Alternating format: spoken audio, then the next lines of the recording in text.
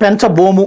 గొట్టిపాటి రవికుమార్ కూటమి అధికారంలోకి వచ్చిన తర్వాత ఇప్పటివరకు విద్యుత్ ఛార్జీలను పెంచలేదని, భవిష్యత్తులోని పెంచబోమని విద్యుత్ శాఖ మంత్రి గొట్టిపాటి రవికుమార్ స్పష్టం చేశారు. వైకాపా ప్రభుత్వం చివరి 2 ఏళ్ల ప్రజలపై 15,000 కోట్ల విద్యుత్ భారాన్ని మోపిందని, ఆ పెంపు ప్రక్రియ 3 నెలల్లో పూర్తి చేయాల్సి ఉండగా దాన్ని 20 నెలలకు సాగదీసిందని పేర్కొన్నారు. జగన్ సర్కార్ ప్రతిపాదనలతో పెరిగిన 15,000 కోట్ల భారాన్ని ఇప్పుడు కూటమి ప్రభుత్వంపై వైకాపా నాయకులు ఆరోపిస్తున్నారని చెప్తున్నారు. ఇప్పుడు అంతకుముందు జగన్ పెంచినప్పుడు కూడా అంతేగా మరి. తెలుగుదేశం కూటమి ప్రభుత్వం కదా అంతకుముందు అధికారంలో ఉంది. వాళ్ళ డబ్బులు జగన్ వేశాడు, జగన్ డబ్బులు మీరేస్తారు, మళ్ళీ మీ డబ్బులు రేపు జగన్ వేస్తాడు. ఇందులో జనాలకి పెరక్కపోవడం ఏంటి?